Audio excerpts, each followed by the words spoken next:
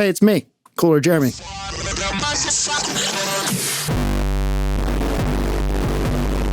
So, the other Jeremy, the one that's, the flesh meat, skin suit Jeremy, he teaches music lessons. He started doing this during the pandemic, and it's become his full-time job when he's not making YouTube videos or, tending to his stupid, sweaty meat suit made of gross, hairy meat.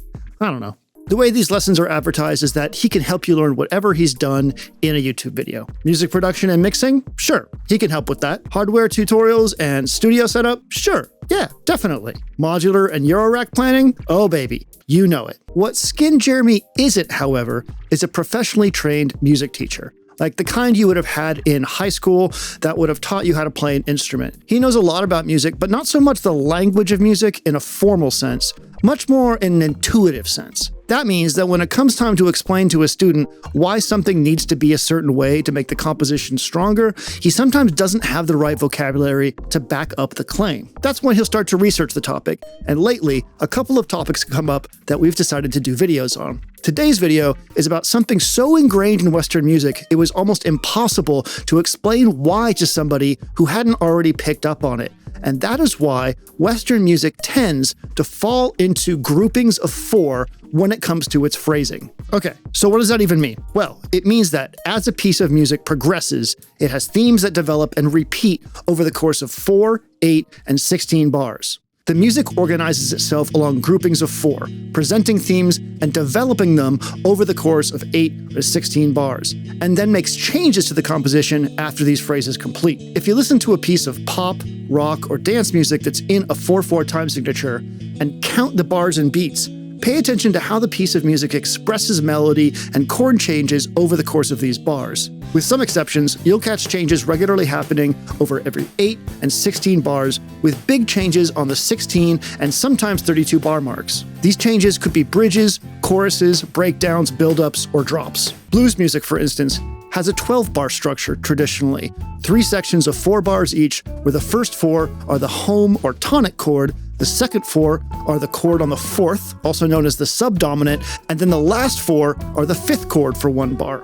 4 chord for 1, and then usually 1, the tonic chord for 1 or 2 bars, sometimes with a little turnaround at the end, leading back to the home chord, the tonic, on the next downbeat. Listening to a simple blues track is like listening to something you've heard hundreds of times, because it is. This is a super common structure.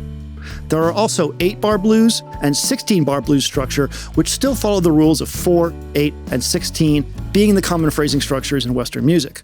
Jazz music's most common structure is 32 bars, where there are 8 bars of a section, then those 8 bars are repeated with a slight variation.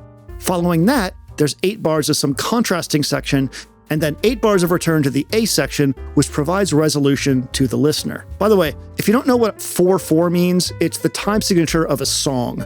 It means that when we count the tempo of a song, we're counting quarter notes, and there are 4 of them per bar.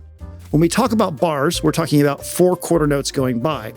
When we count bars and beats, we go 1, 2, 3, 4, 2, 2, 3, 4, 3, 2, 3, 4, 4, 2, 3, 4, etc. Go check out my Fundamentals of Rhythm video to learn all about it. It will explain the whole thing. Okay, so we've established that 2 of the most influential forms of music have 4, 8, and 16 bar structures. These genres led to almost every other genre in modern music, so we could stop there and say, well, it's just because of blues and jazz. But that's not good enough for naked mole rat Skin Jeremy, and it's not good enough for me. We need to go deeper. And oh boy, let me tell you, I was so excited when the first thing I looked up was something I already knew as the root of almost all music we know today. Are you ready? Are you ready for the mother of all music theory? The thing that's going to crack everything about music wide open? The fundamental truth to everything we know about music today? Okay, here we go. It's walking. It's fucking walking. Like putting one foot in front of the other. Have you tried it? It's fucking wild. So, humans have this tendency to process information in pairs. Duality is built into us. We walk in pairs, left, right, left, right. We breathe in and out. We question and we answer. Walking itself, especially in groups with other people, has been fundamental to the development of rhythm and therefore music for thousands of years. The natural human inclination towards duality expresses itself in musical structures. Think about it. A 4-bar phrase can function as a 2-part unit. 2 plus 2, creating what can be called an antecedent consequent, or a question-answer relationship. This inherent symmetry creates a sense of balance and predictability that's deeply satisfying to the listener. Anticipation and satisfaction are two of the most important components of why we would build phrases up from these powers of 2. The two 2-bar subphrase form a 4-bar phrase. Two 4-bar phrases form an 8-bar period or sentence.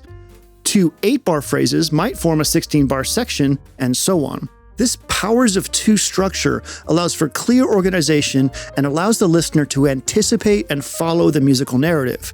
You and I do it without even realizing it. It's like breathing, in and out. Okay, so there's this natural inclination in human beings to operate in powers of 2, and that structure has worked its way into how we build our music. That's cool, but how do we get from, hey, I'm walking here, to the drop in the Skrillex track is going to happen in 8 bars? To explain that, let's start around the year 1600. From there until around 1750 was the Baroque era, and Baroque dance forms played a crucial role in solidifying the preference for regular phrase lengths. Dances like the allemande, courante, sarabande, gigue, minuet, and bourrée, I'm sure I pronounced all of those perfectly correctly, were inherently structured to accompany physical movement, which required predictable and often symmetrical musical units. In case you don't know what symmetrical means, it means having corresponding or similar parts, like a mirror, like two of them. So we had these people dancing around, which, involved their feet, like walking, which we know played a really important role, not only here, but in all the FromSoft games and Quentin Tarantino movies. And many of these dance pieces used a binary form, which also means 2, like we've been talking about. They would follow an A-A-B-B structure, and within those, clear and often symmetrical phrases were the norm. They also used a compositional technique we can call cadential punctuation. A cadence in composition is the end of a musical phrase, section, or the entire piece of music. Phrases in Baroque music often end with clear cadences, providing points of repose and further defining their boundaries. This cadential punctuation reinforces the sense of a complete musical thought with a defined length. From here, we can move to the classical era, from around 1750 to 1820. This era saw the further development and systemization of musical forms, most notably sonata forms. This era built upon the foundational principles of balance and symmetry that was established in the Baroque.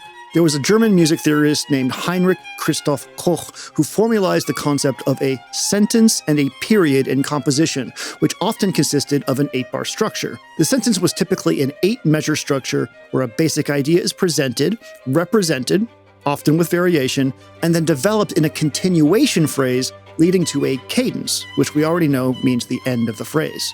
The period was often an 8-measure structure, 4 plus 4.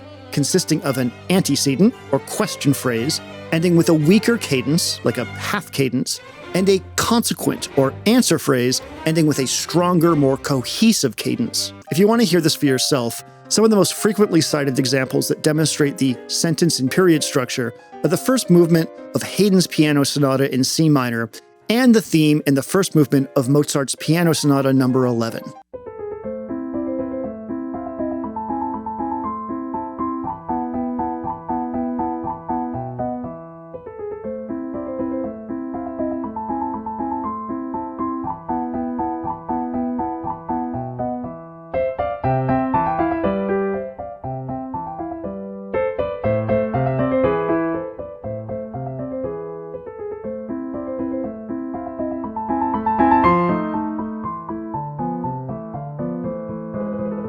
Also, it's important to note here that music theory is descriptive, not prescriptive, and that it didn't make the rules for these first compositions, it described them. Music theorists like Heinrich Christoph Koch and his contemporary Arnold Schoenberg formulated theory to describe music that was written, not to tell you how to write it. While giving structure to something like the sonata allows students to copy its form and reproduce something like it, composers of the times approach that were more intuitive, practical, and rooted in rhetorical and expressive considerations, rather than the systematic, analytical frameworks developed much later.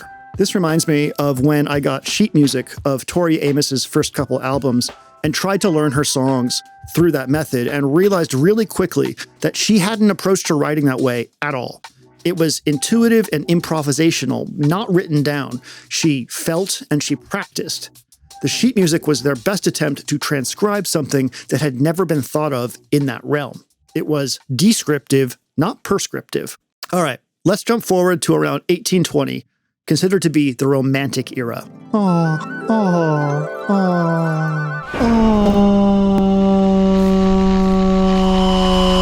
This 90-year period found composers wanting greater freedom and flexibility in phrase structure, even as the core principles of 4, 8, 16, and 32-bar phrases remained influential.